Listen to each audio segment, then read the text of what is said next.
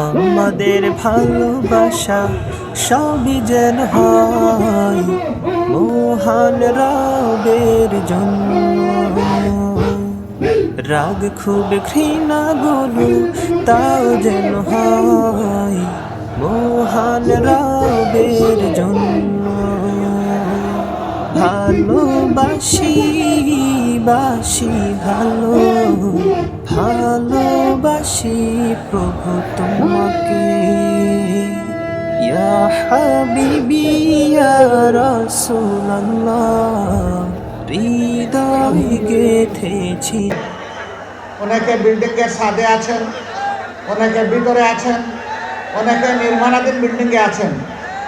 এই ভাইদের প্রতি আমার অনুরোধ, আপনাদেরকে 2 ফুট করে পিছনে যেতে হবে। যারা খোলা বিল্ডিংয়ে আছেন, যেখানে প্যারাপেট নাই, রেলিং নাই, আপনারা, আমি দেখতে চাই যে আপনারা 2 ফুট পিছনে এখনই সরে গেছেন। কারণ আমি একজন প্রিয় সাথীকে গতকাল হারিয়েছি। আমি এই বেদনা ভুলতে পারছি না। অসতর্কতার কারণে একটা ঘটনা ঘটেছে। আজকে আপনারা পিছান, আমি দেখতে চাচ্ছি আপনারা পিছাচ্ছেন। পিছান, আরও পিছান। এই যে রেলিংয়ে যারা বসে আছেন তারা এখান থেকে সরে যান, এবার বসবেন না, সরেন, ভিতরে সরেন। বাস ধরে যারা আছেন তারা পিছনে যান। হঠাৎ করে বাসটা ফসকে গেলেই কিন্তু বড় বিপদ ঘটে যাবে। আপনারা ঢুকেন, ভিতরে ঢুকেন। এই যে বসে আছেন আপনারা ভিতরে ঢুকেন, আরও ভিতরে যান, একটু ভিতরে যান, ভিতরে যান আপনারা। না, আপনারা কিন্তু সরেন নাই, আমি যেভাবে আশা করছি এইভাবে সরেন নাই, আরও সরতে হবে আপনাদেরকে।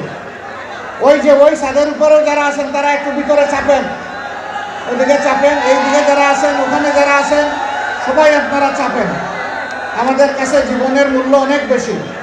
এটা আল্লাহর নিয়ামত, এটাকে হেলায় ফেলায় যে কোনোভাবে উপস্থাপন করা যাবে না। আলহামদুলিল্লাহ রাব্বিল আলামিন, আসসালাতু ওয়াসসালামু আলা রাসূলিল কারীম ওয়া আলা আলিহি ওয়া সাহবিহি ওয়া আহলি বাইতি আজমাইন। বাংলাদেশ জামাত ইসলামী ঐতিহ্যবাহী লক্ষ্মীপুর জেলা শাখা কর্তৃক আয়োজিত আজকের এই গণজামায়াতের বিশাল গণজামায়াতের সম্মানিত সভাপতি জেলা আমির জনাব মাস্টার রুহুল আমিন, মঞ্চে বসা কেন্দ্রীয়, আঞ্চলিক এবং স্থানীয় নেতৃবৃন্দ, বন্ধু সংগঠনের সম্মানিত নেতৃবৃন্দ, আজকের জনসভায় উপস্থিত প্রিয় লক্ষ্মীপুর জেলার আপামর জনগণ, মিডিয়ার সম্মানিত বন্ধুগণ, আমি আল্লাহ রাব্বুল আলামিনের শুকরিয়া আদায় করছি। আজ থেকে ঠিক 1 বছর আগে এই লক্ষ্মীপুরের মাটিতে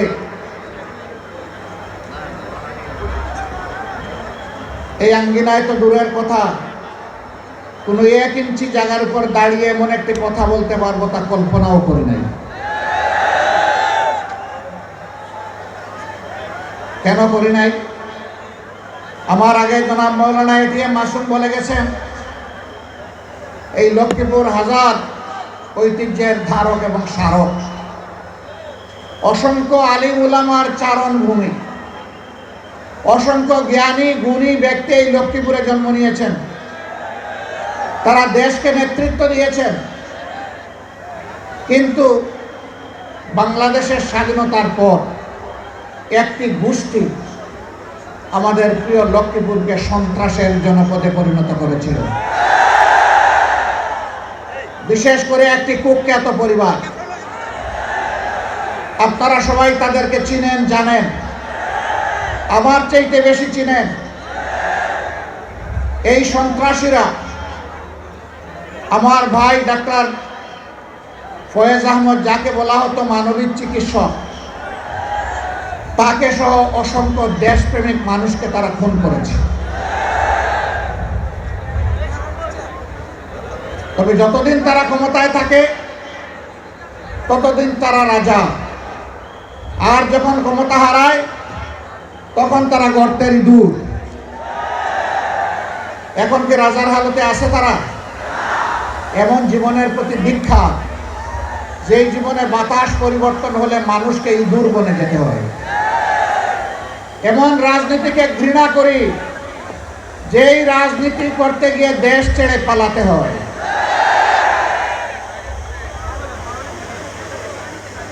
আসুন এমন জীবন গঠন করি, যেই জীবন সর্বাবস্থায় আমার জন্য সম্মানের হয়, ফাঁসির রশিতে ঝুললেও যেন সম্মানের হয়, ফাঁসির পাতাটনের উপর দাঁড়ালেও যেন সম্মানের হয়, আবু সাইদের মতো বুক পেতে গুলি নিলে সেটাও যেন আনন্দের হয়। এমন জীবনী রাজনীতিবিদের জীবন হওয়া উচিত। প্রিয় সম্মানিত ভাইরা, এই 24-এর পট পরিবর্তনে লক্ষ্মীপুর একদিন আগে স্বাধীন হয়েছে। লক্ষ্মীপুরবাসীকে মোবারকবাদ। বাংলাদেশ স্বাধীন হয়েছে 5 আগস্ট অথবা 31শে জুলাই। আপনারা আল্লাহর পক্ষ থেকে স্বাধীনতা পেয়েছেন 4 আগস্ট, কিন্তু বিনামূল্যে নয়, অতি উঁচু মূল্যে। 11টা তাজা প্রাণ এই শহরের মাটিতেই ঝরে গেল। জালিমদের হাতে এইভাবে যুগে যুগে যারা দুনিয়া থেকে বিদায় নিয়েছেন, আমি তাদেরকে গভীর শ্রদ্ধার সাথে স্মরণ করছি। মহান রবের দরবারে দোয়া করছি, আল্লাহ যেন তাদেরকে শহীদ হিসেবে কবুল করেন। আমি শ্রদ্ধার সাথে স্মরণ করছি আমার অভিভাবক, আমার প্রিয় নেতা জনাব মাস্টার শফিকুল্লাহকে। আমি স্মরণ করছি আমার সিনিয়র সহকর্মী জনাব অ্যাডভোকেট আবুল কাশেম। এরকম যারাই এই জমিনে তিলে তিলে কষ্ট করে মানুষের কাছে ন্যায় এবং সত্যের দাওয়াত, ইনসাফ কায়েমের আওয়াজ পৌঁছে দিয়েছিলেন, আজকের এই জনসভা তাদের কষ্টের ফসল। আল্লাহ তাআলা তাদের সকলকে ক্ষমা করুন। আল্লাহ তাআলা তাদেরকে অত্যন্ত উন্নত মর্যাদা দান করুন। তাদের স্বপ্নের বাংলাদেশ গড়ার জন্য আমাদেরকে আল্লাহ শক্তি দান করুন। প্রিয় ভাইরা, 53টি বছর এক এক করে চলে গেল। আমরা আসলেই সত্যিকার অর্থে স্বাধীনতার স্বাদটা পেলাম না। এর আগেও 47-এ একবার আমরা স্বাধীন হয়েছিলাম, তখনও পেলাম না। এখন 24-এ মানুষ বুক করা আশা নিয়ে, বুক পেতে দেওয়া গুলি নিয়ে মানুষ আশা করেছিল যে 24-এর পরে সমস্ত দুঃশাসন এবং সমস্ত দুর্নীতির অবসান হবে। আমরা কি মুক্ত হতে পেরেছি?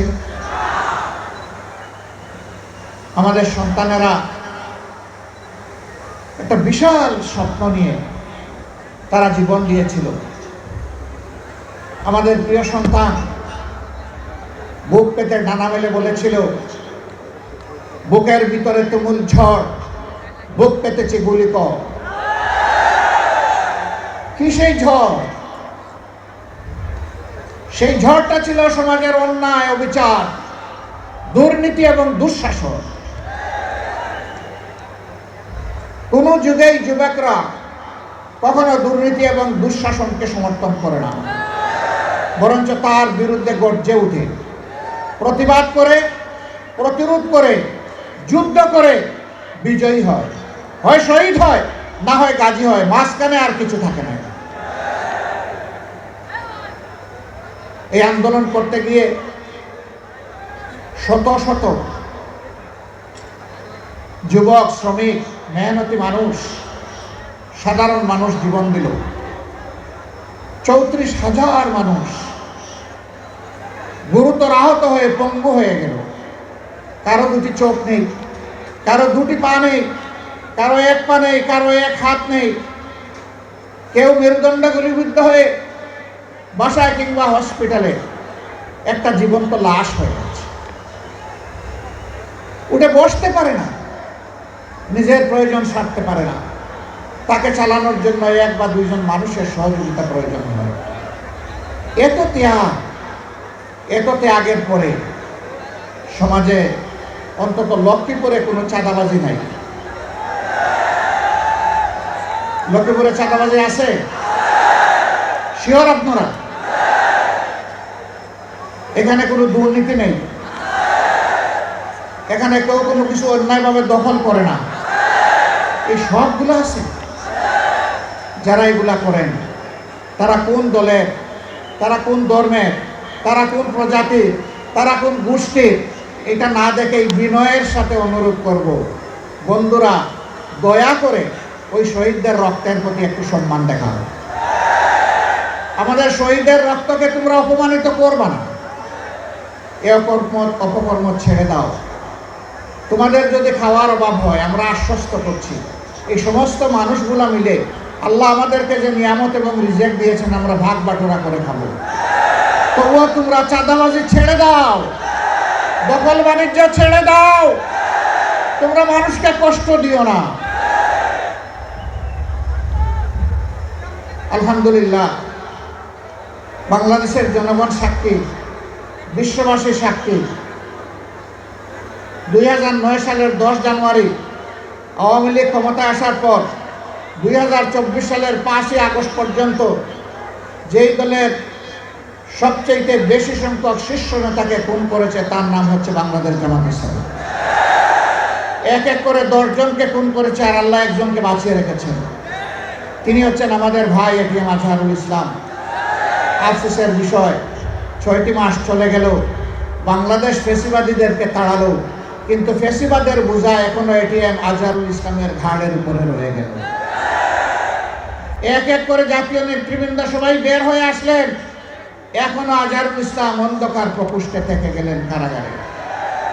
তাই আমি মনের কষ্ট নিয়ে সেদিন বলেছি যে আজহার ভাইকে ভিতরে রেখে আমি আর বাইরে থাকতে চাই না। আমি সরকারকে অনুরোধ করেছি আগামী 25 তারিখ আমি স্বেচ্ছায় নিজেকে আইন শৃঙ্খলা বাহিনীর হাতে তুলে দিয়ে বলবো আমাকে গ্রেপ্তার করুন এবং আমাকে কারাগারে পাঠান। যেদিন আজহারুল ইসলামের মুক্তি হবে তার পরের দিন আমার মুক্তিটা দিয়ে নেই। 13টি বছর কারাগারের অন্ধকার প্রকোষ্ঠে দুঃখে দুঃখে জীবনের সাথে তিনি লড়াই করছেন। এই সময়টা প্রিয়তমা সহধর্মিণীকে তিনি হারিয়েছেন। এই সময়টা তার পরিবার ছিন্ন ভিন্ন হয়ে গিয়েছে। সেই মানুষটার উপরে আর জুলুম করবেন না, দয়া করে তাকে এখনই মুক্তি দেওয়ার ব্যবস্থা করুন। যদি মুক্তি না দেন, বাংলাদেশ জামাতে ইসলামীকে সরাসরিভাবে আক্রমণ করতে এই দেশের 3 কোটি প্রাপ্তবয়স্ক মানুষ সমর্থন করে এই 3 কোটি মানুষকে জেলে নেওয়ার জন্য প্রস্তুত হয়ে যান।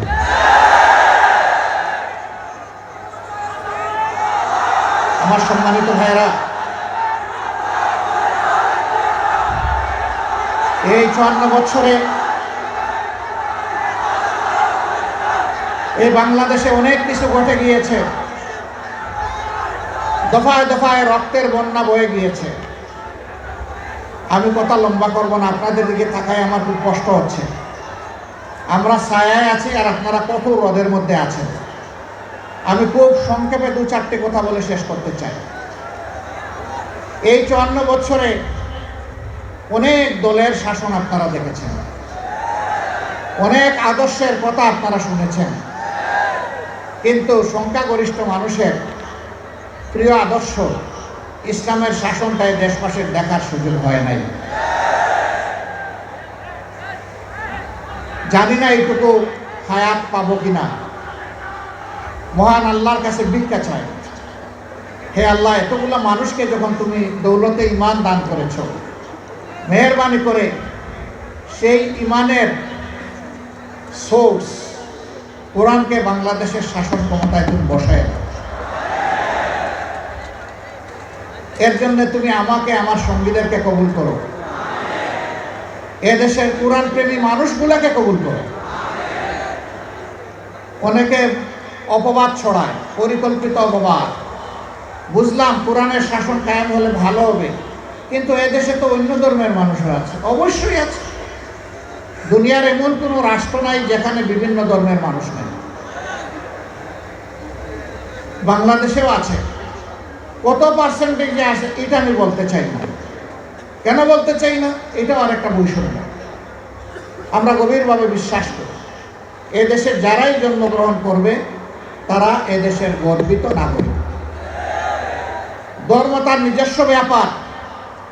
রাষ্ট্রের দায়িত্ব হচ্ছে নাগরিকের হাতে তার অধিকার তুলে দিতে হবে। আমাদের সংবিধান, বিদ্যমান সংবিধান অধিকারের কোনো তারতম্য এখানে নেই এবং কোরআনের সংবিধানেও নাই। সেদিন একজন অমুসলিম দায়িত্বশীল নেতা আমাকে জানতে চাইলেন, তো যদি নাই তাহলে আমাদের কাছ থেকে আলাদা একটা কর নেবেন কেন ইসলামী রাষ্ট্র হলে? আমি বললাম, আপনি যথার্থই বলেছেন। আপনি কি ইসলামী রাষ্ট্রে জাকাত দেবেন? না, তা তো প্রশ্নই উঠে না। আমি মুসলমান না, আমি জাকাত দেবো কেন? আমি বললাম, তাইলে এটাকে এখানে রাখলাম যে মুসলমানরা জাকাত দেবে, আপনি এগ্রি? বলে যে হ্যাঁ, আমি এগ্রি। আমি বললাম, রাষ্ট্রের উন্নয়ন এবং অধিকার সবার জন্য যদি সমান হয়, তো একজন জাকাত দিল, অর্থাৎ একটা ট্যাক্স দিল, ইসলামী ট্যাক্স, আপনি কিছুই দিলেন না, তো অধিকার সমান পাবেন কীভাবে? আপনাকেও একটা ট্যাক্স দিতে হবে, ওই ট্যাক্সটাই শুধু আপনার কাছ থেকে নেওয়া হবে। তবে হ্যাঁ, কোনো মানুষ সে যে ধর্মেরই হোক, মুসলমান যদি সম্পদশালী না হয় তার উপরে কোনো জাকাত ফরজ নাই, আর জাকাতের নফল বলেও কিছু নাই। গরিব সাদাকা করতে পারবে, কিন্তু তার উপর জাকাত ফরজ নয়। ঠিক অনুরূপভাবে একজন হিন্দু, বৌদ্ধ, খ্রিস্টান, তিনি যদি অসহায় হন, গরিব হন, তিনি ট্যাক্স দেবেন না, উল্টা রাষ্ট্র তার দায়িত্ব নেবে। কর্মক্ষেত্রে যোগ্যতাটাকেই প্রাধান্য দেওয়া হবে। বলবেন তার কোনো প্রমাণ? আলহামদুলিল্লাহ, আমি নিজেই তার প্রমাণ। আপনারা মিডিয়ায় দেখেছেন, ছোট্ট একটি মেডিকেল কলেজ আমার হাতে গড়ে উঠেছে। মানুষ বলে এটা অনেক বড় মেডিকেল কলেজ, আমি বলি খুব ছোট মেডিকেল কলেজ। দুনিয়াটাই ছোট, আর মেডিকেল কলেজ কত বড় হবে? সেখানে 2200 কর্মকর্তা কর্মচারী কাজ করেন। সেখানে বাংলাদেশে বিদ্যমান 4 ধর্মের, সকল ধর্মের মানুষ আছেন। গুরুত্বপূর্ণ দায়িত্বে হিন্দু, বৌদ্ধ, খ্রিস্টান ধর্মের মানুষেরা আছেন, যেমন আছেন ইসলাম ধর্মের অনুসারীরা। আমরা ওখানে ধর্ম দেখে তাদেরকে নিয়োগ দেই না। আমরা দিয়েছি আমার এই প্রতিষ্ঠানের আমানত কার কাছে নিরাপদ, কে যোগ্যতার সাথে আমার রোগীদেরকে সেবা দিতে পারবে, আন্তরিকতার সাথে সেবা দিতে পারবে, আমরা তাদেরকে সেখানে নিয়োগ দিয়েছি। ছাত্রীদের জন্য ডেজিগনেটেড এই মেডিকেল কলেজ, এখানে ছাত্র ভর্তি করি না আমরা। সেখানে এটাও আমরা দেখি না যে এই ছাত্রীটা কোন ধর্মের। আমরা দেখি আমরা একটা মানবিক ছাত্রী এবং একটা মানবিক চিকিৎসক তাকে দিয়ে তৈরি করতে পারবো কিনা, এমন যাদেরকে পাই আমরা তাদেরকে সেখানে ভর্তি করি। এটি চতুর্থ বাংলাদেশ। জামাতে ইসলামীর বর্তমান কেন্দ্রীয় কর্মীর প্রতিষ্ঠান, এটা যেমন হবে আগামী বাংলাদেশও ঠিক তেমন হবে ইনশাআল্লাহ। একজন সাংবাদিকের মুখের দিকে তাকাইয়া মনে হলো হি ইজ কনফিউজড। তিনি আমার কথা আশ্বস্ত হননি। আমি তাকে পাশে ডাকলাম, ডেকে বললাম, আপনাকে ছোট্ট একটা অনুরোধ করবো। বলেন। আমি বললাম যে কালকেই আপনি একটু সিলেট যাবেন, গিয়ে নিজ চোখে দেখে আসবেন, মনের মতো করে মানুষগুলোর সাথে কথা বলবেন, কর্মকর্তা কর্মচারী, ছাত্র, এখানে ছাত্রী যারা আছে তাদের সাথে কথা বলবেন। এরপরে আপনি আপনার মনের মতো করে রিপোর্ট করবেন। যদি আপনি কিছু মনে না করেন, যেহেতু আমি দাওয়াত দিয়ে নিচ্ছি, যাতায়াত খরচটা আমি দিতে চাই। আর যদি মনে করেন যে আমি যাতায়াত খরচ দিলে আপনি বায়াস্ট হয়ে যাবেন, আমার প্রতি একটু ঝুঁকে পড়বেন, তাহলে এই কষ্টটাতে একটা আপনি স্বীকার করবেন। বললো যে আপনাকে ধন্যবাদ, আমাকে যাতায়াত খরচ দিতে হবে না, আমি কথা দিচ্ছি আমি যাব। তিনি গিয়েছিলেন, তার মতো করে তিনি একটা রিপোর্ট জাতির সামনে তুলে ধরেছেন। আমি দেখেছি তিনি ন্যায়সঙ্গত রিপোর্ট তুলে ধরেছেন, বাড়াননি কমাননি, ধন্যবাদ তাকে। এরপরে ভয় দেখানো হয় যে ইসলামী রাষ্ট্র হলে মহিলাদেরকে ঘরের ভিতর থেকে আর বাইরে হইতে দেওয়া হবে না। আচ্ছা, আমার মা যতদিন বেঁচে ছিলেন তিনি কি বের হন নাই? আমি কি বন্দি করে রেখেছিলাম? আমার স্ত্রী, আমি কি তাকে বন্দি করে রেখেছি? তিনি তো পার্লামেন্টে একজন সদস্যও ছিলেন, তিনি একজন চিকিৎসক, চিকিৎসা পেশায় নিয়োজিত ছিলেন। আমার 2 মেয়ে, 1 ছেলে আল্লাহর দান, তারাও চিকিৎসক, তারাও তো তাদের স্ব ক্ষেত্রে জাতিকে সেবা দিচ্ছে। তো কই, আমি তো বন্দি করে রাখলাম না তালা দিয়ে। আমার মাকে, আমার স্ত্রীকে, আমার সন্ততিদেরকে আমি যদি এইভাবে তাদের অধিকারের জায়গাটা তাদের হাতে তুলে দেওয়ার পক্ষে থাকি, আমি কথা দিচ্ছি ইসলামের দেশ হলে এদেশের শাসকেরা সেই অধিকার আমাদের মায়েদের হাতে তুলে দেবেন ইনশাআল্লাহ। বাড়তি দুটা জিনিস তারা বুক করবেন, এখন যে দুইটার কোনোটাই নাই। একটি হচ্ছে সামাজিক নিরাপত্তা, আর একটি হচ্ছে তাদের মর্যাদা। ইনশাআল্লাহ সেই দুইটাও সেদিন তারা বুক করবেন এবং নিজেকে বাংলাদেশের একজন নাগরিক হিসাবে পরিচয় দিয়ে তারা গর্ববোধ করবে। সেই বাংলাদেশি কোরআনের আলোকে তৈরি হবে ইনশাআল্লাহ। এখন আমরা যারা বলি যে কোরআন এক জিনিস, রাজনীতি আর এক জিনিস, না ভাই, এটা ঠিক না। দুনিয়ার সর্বশ্রেষ্ঠ রাষ্ট্র ছিল মদিনা কেন্দ্রিক রাষ্ট্র। সর্বশ্রেষ্ঠ শাসক ছিলেন মুহাম্মদুর রাসূলুল্লাহ সাল্লাল্লাহু আলাইহি সাল্লাম। তিনি একটা আদর্শের ভিত্তিতে শাসন করেছেন। সেই আদর্শটা কি? আল কোরআনের আদর্শ, ইসলামের আদর্শ, আল্লাহর দেওয়া আদর্শ। তাহলে তিনি যে আদর্শে দেশ শাসন করার কারণে একটি জাহিলি সমাজ পরিবর্তন হয়ে সোনালী সমাজ হয়ে গেল, সেই আদর্শকে যদি আমরা আবার আমাদের সমাজে গ্রহণ করে নেই, তাহলে বাংলাদেশের এই সমাজও ইনশাআল্লাহ সোনালী সমাজে পরিণত হবে। অতীতে সোনার বাংলা কায়েম করতে গিয়ে শ্মশান বাংলা কায়েম করা হয়েছে। কোরআনই একমাত্র সোনার বাংলার গ্যারান্টি দিতে পারে, আর কিছুই দিতে পারবে না। ইতিমধ্যেই বাংলার জমিনে তার পরীক্ষা নিরীক্ষা শেষ। এখন হবে ইনশাআল্লাহ কোরআনের বাংলাদেশ। যারা কোরআনকে খণ্ডিত করতে চান অথবা সহ্য করতে চান না, তাদেরকে আমরা বিনয়ের সাথে বলতে চাই, এ দেশের আপামর জনতা বাঁচতে চায় কোরআন বুকে নিয়ে, মরতে চায় কোরআন বুকে নিয়ে, আল্লাহর সামনে দাঁড়াতে চায় কোরআন বুকে নিয়ে। কোরআনকে আমাদের থেকে বিচ্ছিন্ন করা যাবে না ইনশাআল্লাহ। এই দেশে যতগুলা ইসলামী দল আছে, সবগুলার দিকে আপনারা তাজা চোখ দিয়ে তাকিয়ে দেখুন। আমি বেশি দূরে যাব না। 5 আগস্ট থেকে শুরু করে আজকে এই 22 ফেব্রুয়ারি পর্যন্ত এই সামান্য পরিক্রমায় কোথাও আপনি দেখবেন না ইসলামী দলের কোনো লোক এখন জাতির উপরে জুলুম করছে, চাঁদাবাজি করছে, দখলদারির সাথে জড়ায় গেছে। কোথাও দেখবেন না। তার একমাত্র কারণ তারা কোরআনকে সম্মান করেন এবং বুকে ধারণ করেন। তার একমাত্র কারণ তারা আল্লাহ সুবহানাহু ওয়া তাআলাকে ভয় করেন। যাদের অন্তরে আল্লাহর ভয় আছে, তারা মানুষের উপর জুলুম করতে পারে না। তারা মানুষকে ভালোবাসে, তারা মানুষকে শ্রদ্ধা করে। তারা দেখে না এ মানুষের পেশা কি, শিক্ষা কি, তার গোষ্ঠী কি, এইটা দেখে না। দেখে সে আল্লাহর সৃষ্টি আশরাফুল মাখলুকাত। আল্লাহ যাকে শরাফতি দান করেছেন, আমার দায়িত্ব তাকে সম্মান করা। আমরা মানুষকে ছোট হিসাবে দেখি না কাউকে, আমরা সমস্ত মানুষকে দেখি আল্লাহর শ্রেষ্ঠ জীব হিসাবে।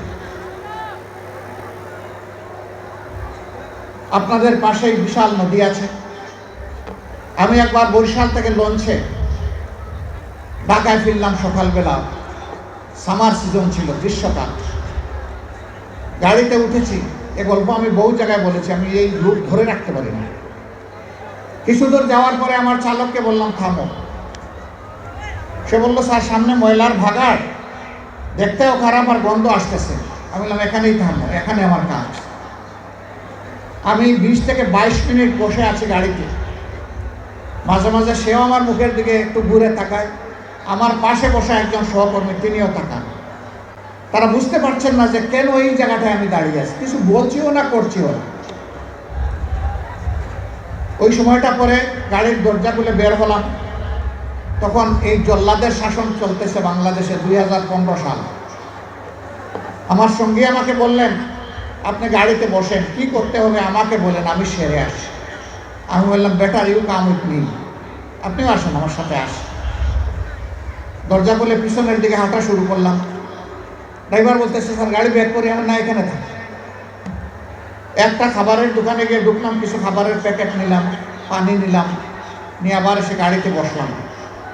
এবার চালক বলতেছে, স্যার যাই। আমি বললাম, না, আমার কাজ শেষ হয়নি।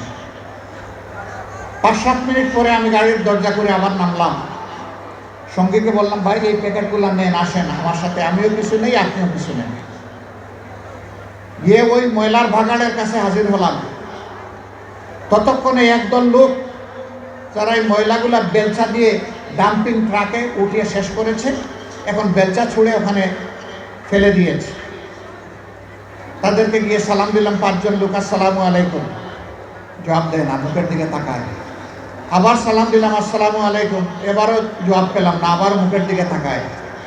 এরপরে বললাম, কি ভাই আপনাদের মধ্যে কি কেউ মুসলমান আছেন? একজন ভীষণ রাগ করে বললো, আমি শুধু মুসলমান না, বাকি ওরা তো সব মুসলমান, তো জবাব দেয় না কেন? বললাম কোনো সমস্যা নাই, আবার সালাম দিচ্ছি, আসসালামু আলাইকুম। এবার সবাই সমস্যা করে জবাব দিল, ওয়ালাইকুম আসসালাম। জিজ্ঞেস করলো, আপনি কে? বললাম, আপনাদের জাতি ভাই। আপনি কি সিনেমা করতে আসছেন? আমার এই চেহারা দেখে মনে হয় যে আমি সিনেমা করতে আসছি। না, তা তো মনে হয় না, কিন্তু আপনার কথাবার্তায় তো এরকমই মনে হচ্ছে, তো আপনি কেন আসছেন? আমি বললাম, আপনাদের হাত ধুইতে আসছি। শুনেন, আমরা গরিব মানুষ, আমাদেরকে নিয়ে উপহাস করবেন না। আমি বললাম, আল্লাহর কসম আমি উপহাসও করতে আসি। তাইলে আপনি আমাদের হাত ধোয়াবেন কেন? আমি বললাম, তোমরা সমাজের হাত ধোও, একটা দিন অন্তত তোমাদের হাত ধোয়াই। আমাদেরকে ছেড়ে দেন, আমাদের অনেক কাজ, বুঝতে পারছি না আপনি কি জিনিস। আমি বললাম যে আমি বড় শক্ত জিনিস, হাত না ধুইয়া তোমাদেরকে ছেড়ে দেবো না। রোদের মধ্যে ঘামতেছে, একদম রাগ করে বললো, এই দে, ওনার এত শখ জাগছে, দে হাত দে, আমারটা আগেই দিচ্ছি। তো উনি হাত দিল, আমি ভয় হইয়া কষলাইয়া পরিষ্কার করে বললাম, ভাই অনেক শুক্রিয়া তোমাকে। একজন একজন করে হাত দেয় আর খিলখিলাইয়া হাসে। আমার ধারণা আমাকে দেখে মনে করছে পাবনার হেমায়তপুর থেকে ছুটে আসা কিন্তু পাগল ছাড়া আর কিছু না। হাত ধোয়ানো শেষ। এবার আমার 2 সঙ্গীকে বললাম যে একটু খাবারের প্যাকেটটা দেন। বললাম, না না, এগুলো লাগবে না। কেন লাগবে না ভাই? তোমরা তো চাওনি, আমি খুশি হয়ে দিচ্ছি, একটু নিবা না? জি না, জি না, জি না, এগুলো আমি বললাম যে বলো তাইলে কোনটা থেকে খেতে হবে, আমি আগে খাই একটু, তারপরে নিয়ে যাও। তখন একজন বলে, তাইলে ঠিক আছে, দিয়া দেয়। বললাম, হ্যাঁ, দুনিয়া অনেক কিছু ঘটে। হাতে নিল, নেওয়ার পরে একজন একটু দীর্ঘ শ্বাস ফেলে বলল, তাহলে আমরাও মানুষ। আমি বললাম, কেন এই কথা বললেন কেন? জি না, আপনাদের মতো মানুষেরা আমাদেরকে মানুষ বলে না, বলে আমরা সুইপার, বলে আমরা মেথর। আমাদের কাছে কেউ দাঁড়াইতে চায় না, কোনো রাস্তা দিয়ে আমরা হাঁটলে মানুষ সরে যায়। সমাজের মানুষ আমাদেরকে অচ্ছুত মনে করে, এদেরকে ছুঁইলেই যার যাবে। আমি হাত জোর করে বললাম, সোফা কাপড়ের ছোট লোকদের পক্ষ থেকে আমি তোমাদের কাছে ক্ষমা চাই, আমাকে ক্ষমা করো, আমাদেরকে ক্ষমা করো। আমি আর চোখের পানি ধরে রাখতে পারিনি, টপ টপ করে আমার চোখ থেকে পানি পড়লো। যে মানুষগুলো তাদের জীবনের পরিশ্রমের বিনিময়ে সমাজের চাকাটাকে চালু, আমরা কিনা তাদেরকে মানুষ বলি না, আমরা তাদেরকে সুইপার বলি, মেথর। আমরাই কম। আমি কাঁদতে কাঁদতে এসে আমার গাড়ি, আর ওরা আমার সাথে কেঁদে কেঁদে তাদের গাড়িতে উঠে গেল। সম্মানিত ভাইরা, এদের ছাড়া কি এই সমাজ চলবে? যদি না চলে তারা, তাই এই সমাজে তারা একটু স্বীকৃতি পায় না কেন, একটু মর্যাদা কেন পায় না? তারা এটা পায় না এই কারণে, এই শাসনটা আল্লাহর দেওয়া বিধান অনুযায়ী নয়, এই কারণেই পায় না। যদি আল্লাহর দেওয়া বিধান অনুযায়ী পাইতো, তাহলে ওরাও নিজেদেরকে সম্মানিত মনে করত, তাদের মুখ দিয়ে এই কথা বের হয়ে আসতো না, যাক আজকে বুঝতে পারলাম যে আমরাও মানুষ। আক্ষেপের সুরে এই কথা তারা বলতো না। ভাই, আমরা এইরকমই একটা মানবিক বাংলাদেশ চাই। এই বাংলাদেশটাকে আমরা সবাই চাই, শিওর সবাই চাই। আল্লাহকে হাত তুলে দেখান। হে রাব্বুল আলামিন, তুমি সাক্ষী থাকো, আল্লাহ তুমি সাক্ষী থাকো, আমরা তোমার কোরআনের ভিত্তিতে একটা ইনসাফের মানবিক বাংলাদেশ চাই, যেখানে মানুষ সবাইকে সম্মান করবে, ভালোবাসবে। এই বাংলাদেশটা আল্লাহ তুমি আমাদেরকে দান করো। হে তরুণ যুবকেরা, জেগে উঠো। যেই সমাজের তরুণরা জেগে উঠে, সেই সমাজকে আল্লাহ বদলায় দেন। 24-এর 5 আগস্ট সেলুট যুবকরা, তোমাদেরকে তোমাদের জীবন বাজি রাখা লড়াইয়ের কারণে আল্লাহ আমাদেরকে আপাতত মুক্ত করে দিয়েছেন। চিরমুক্তির জন্য এবার জেগে উঠো। এবার শপথ নাও, আমরা বাংলাদেশকে কোরআনের আলোকে গড়বই গড়ব ইনশাআল্লাহ। আমিও তোমাদের সাথে চুল পাকা, ব্রু সাদা হওয়া, দাড়ি সাদা হওয়া এক জীবন্ত যুবক। লড়াইয়ের ময়দানে তোমাদের সাথে আমাকে পাবা, মিছিলের পিছনে নয় সামনের কাতারে থাকবো ইনশাআল্লাহ।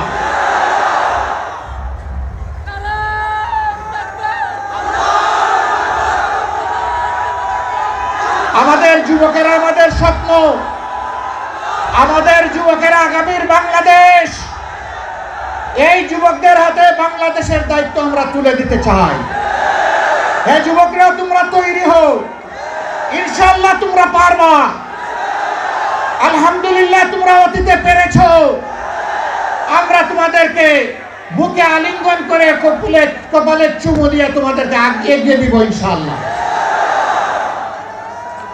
মা বোনেরা, এই যুবক সন্তানদেরকে এখন থেকে তৈরি করুন।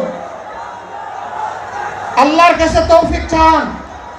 হে আল্লাহ, প্রিয় দেশে ইজ্জত নিয়ে বাঁচতে চাই, শান্তি নিয়ে বাঁচতে চাই, নিরাপত্তা নিয়ে বাঁচতে চাই। এই জন্য আমার সন্তানকে তোমার কাছে ওয়াকফ করে দিলাম। আমি মায়েদের কাছে সেই আহ্বান জানাবো। আমার এই আওয়াজ আজকে বাংলাদেশের এবং বিশ্বের যতটি মায়ের কানে যাবে, ও আমার পরম শ্রদ্ধাভাজন মা, আমি আপনাকে বিনয়ের সাথে অনুরোধ জানাচ্ছি, সেজদায় পড়ে এমন মুজাহিদ সন্তানের জন্য আল্লাহর কাছে তৌফিক চান। লক্ষ্মীপুরের অনেক দাবি, অনেক চাহিদা। লক্ষ্মীপুরকে ফুলের বাগানে সাজানোর সুযোগ ছিল, কিন্তু এই লক্ষ্মীপুরকে ছোপ ছোপ রক্ত আর খাড়ি খাড়ি লাশ দিয়ে সাজানো হয়েছিল। ইনশাআল্লাহ মানবিক বাংলাদেশ, ইনসাফের বাংলাদেশ, কোরআনের বাংলাদেশ কায়েমের মধ্য দিয়ে আমরা লক্ষ্মীপুরবাসীর স্বপ্ন বাস্তবায়নে তাদের সাথে থাকবো, তাদের বুকের ভিতরে থাকবো। সকল ন্যায্য দাবি পূরণে আমরা অঙ্গীকারবদ্ধ। আপনাদের দাবি আমাদেরও দাবি। আমার বাড়ি সারা বাংলাদেশ। আমাকে লোকেরা জিজ্ঞেস করে আপনার ঠিকানা, আমি বলি সাধারণ পরিবহন সমগ্র বাংলাদেশ। বলে বুঝলাম না। আমি বুঝলাম এটাই কথার কথা। একটা দলের দায়িত্ব আমার উপরে আছে। আমার বাড়ি এখন আর নির্দিষ্ট কোনো জায়গায় হবে না, বাংলাদেশের প্রতি ইঞ্চি মাটি এখন আমার ঠিকানা। অতএব লক্ষ্মীপুরও আমার ঠিকানা। আপনারা কষ্ট করে এসেছেন, তীর্যক রোদের মধ্যে বসে কথাগুলো শুনেছেন। আপনারা ভালোবাসা বুকে নিয়ে এখানে এসেছিলেন, তাই না? সত্যি আপনারা ভালোবাসা নিয়ে এসেছিলেন? কার জন্য এই ভালোবাসা? কার জন্য এই ভালোবাসা? আল্লাহ তুমি সাক্ষী থাকো, তোমার জাতের কসম, আমাদের সমস্ত ভালোবাসা শুধু তোমার জন্য। এই ভালোবাসাকে মায়া করে তুমি তোমার প্রিয় জান্নাতে পৌঁছে দিয়ে রও। আর এই ভালোবাসা দিয়ে তুমি এই বাংলাদেশকে সুন্দর করে দাও, পাক সাফ করে দাও। সবাইকে অসংখ্য ধন্যবাদ। আল্লাহ হাফেজ। বাংলাদেশ জিন্দাবাদ। বাংলাদেশ জামাতে ইসলামী জিন্দাবাদ। আসসালামু আলাইকুম ওয়া রাহমাতুল্লাহ।